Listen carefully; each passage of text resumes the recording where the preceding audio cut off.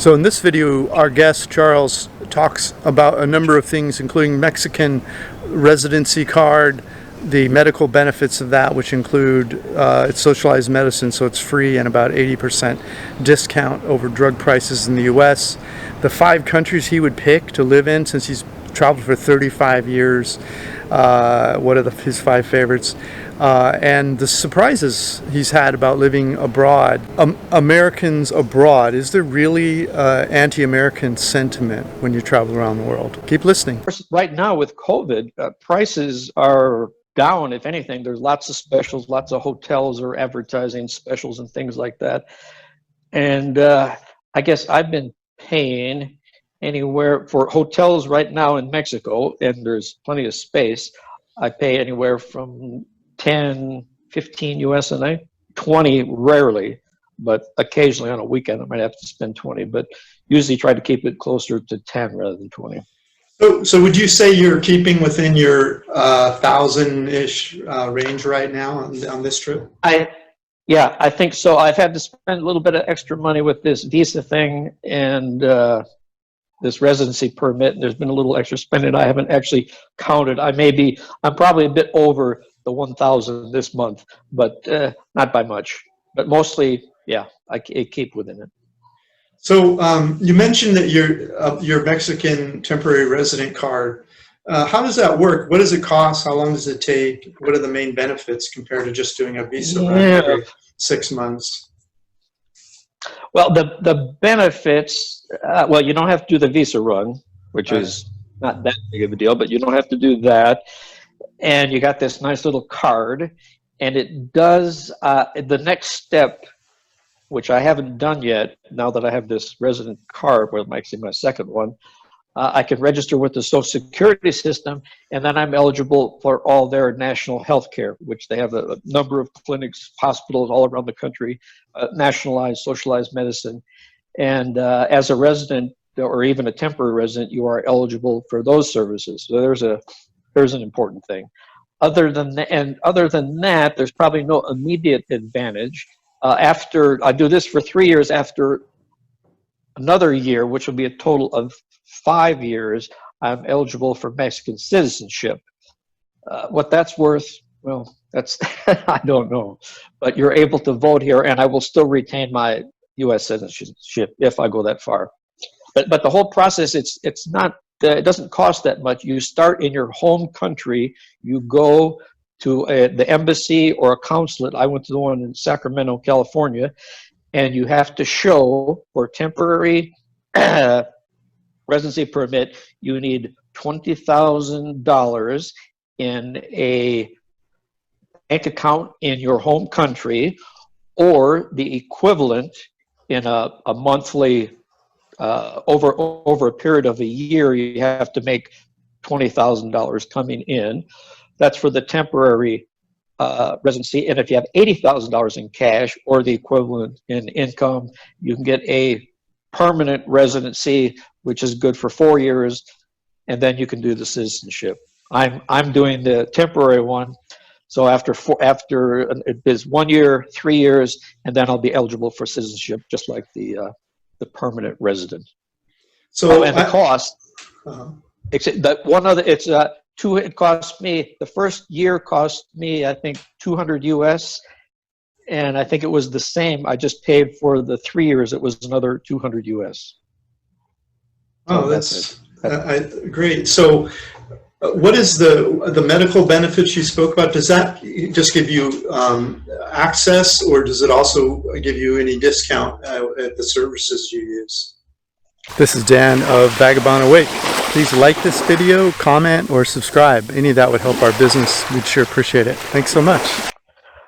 Well, the system here, all the care you get, the doctors and stuff, you don't pay. It doesn't cost anything. It's free. You have to pay for drugs, medicines. You have to pay, but the difference in price is I'd say medicines here are 1/5 to 1/10 the price there in the United States.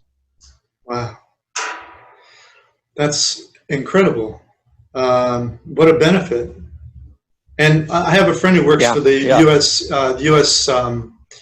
embassy in Mexico City, and he told me that a lot of people from that Mexico has become a medical tourism place. In other words, there's some hospitals people come to in Mexico because they're doing well with various types of medicine. And have you run into anyone doing that, or? Yeah, I haven't run into any people actually involved in the medical tourism, but I know it's a big industry. Thailand has the same thing, and I when I was living there, I ran into a number of people that were there for medical endeavor. Yeah, even if you have to pay without the government subsidies or government clinics to pay regular doctors and things, it's still a fraction of the price that it would be in the United States. Okay. So if you had to spend the rest of your life in only 5 countries, which 5 would you choose? Okay, 5 countries. I say U.S., Mexico, Thailand, Nepal, and I got one left. Since I actually own a place, my wife and I own a place in Spain, I guess I hit Spain too. Okay, so you have a residence in Spain? We own my wife and I own a property, a beach apartment, kind of a condo kind of thing. Okay, cool. So those are your 5. And in dollar amount, how much would it cost you approximately per year to live in, with your time spread among those 5 countries? What would you budget?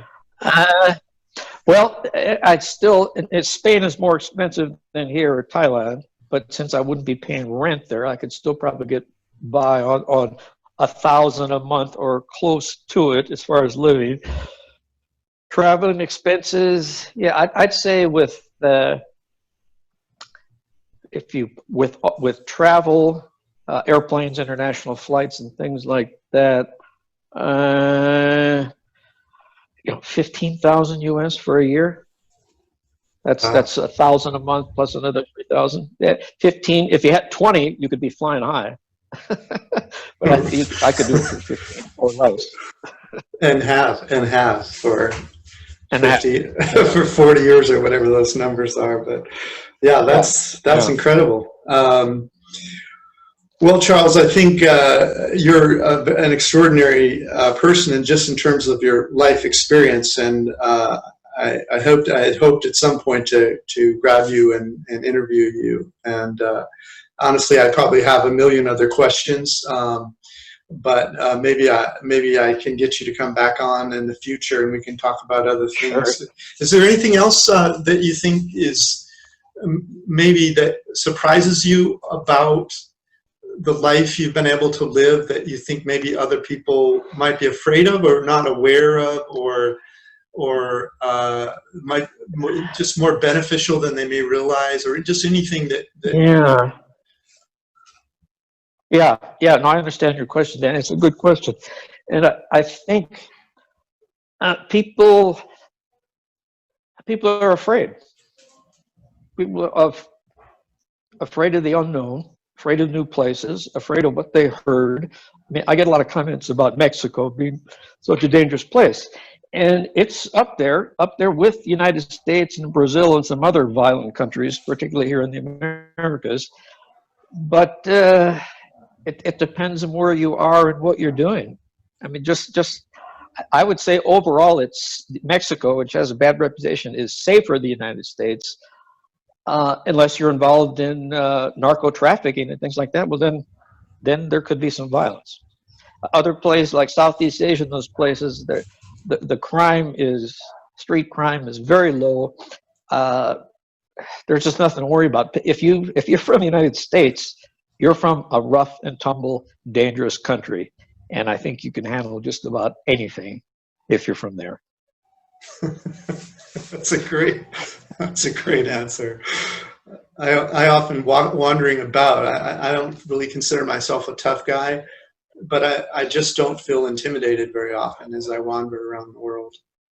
Maybe it's my attitude or something else, but all these, when I read these things about this and that, countries being dangerous and all that, I just say, well, sure, I'll take you to the U.S. and show you danger if you want. And I think that's true anywhere. You can, statistics matter, but so does common sense. So. Of course. So, yeah, and people, excuse me, one other thing, people sometimes worry about the image of Americans abroad, ugly American, they don't like us, this and that. And to tell you the truth, and I think you can probably confirm this, Dan, that I have, in all my life traveling, I don't think I've ever really felt any anti-American sentiment. Conversely, I have felt tremendous welcome and appreciation for America, and they really like us. Yeah, it's almost like, I can remember one time I was in a line in India, and everyone in the line, they kept trying to shoo me to the front of the line, and I was like, no, I'm in line with you. You're just as important as me. And they would not let me stand in the back of that line. I mean, they insisted that I move to the front of it. And they all kept getting behind me. And after a while, I went, well, none of us are going to get anything to eat if this goes on. And I finally just ordered my food and paid and thanked them, and I went about my life. But yeah, no, people are friendly. I was living in the Middle East in Oman. Well, I was in the States when the 9/11 attacks happened, and within a couple of weeks, I was back in Muslim Oman, and the people, they felt so bad that, for what had happened. It was, they were great. They're great. Well, thanks so much, Charles. Thank you, Dan. Thank you. It's been a pleasure. Take care. Hey, if you've enjoyed listening to Charles, this was part 2 you're listening to now. If you'd like to listen to part 1, it covers his 35 years of travel and his $1,000 a month goal, and where he's been all over the world. He left the U.S. in 1976. And how he's made money as he's traveled around the world, including as an English teacher and a Galapagos naturalist guide. And why he doesn't buy round-trip tickets. He just moves forward whenever he can, and why prices are low now because of COVID. So if you're interested in hearing part 1, just click the link in the notes below this YouTube video. Thanks for watching our video. Click the link in the notes below this video to get a copy of this content. Plus, grab a free copy of my ebook, How I Fired My Boss and Traveled the World for 13 Years. While you're there, check out our catalog of retired cheap reports all over the world and our hobby income course that we just released. Thanks so much.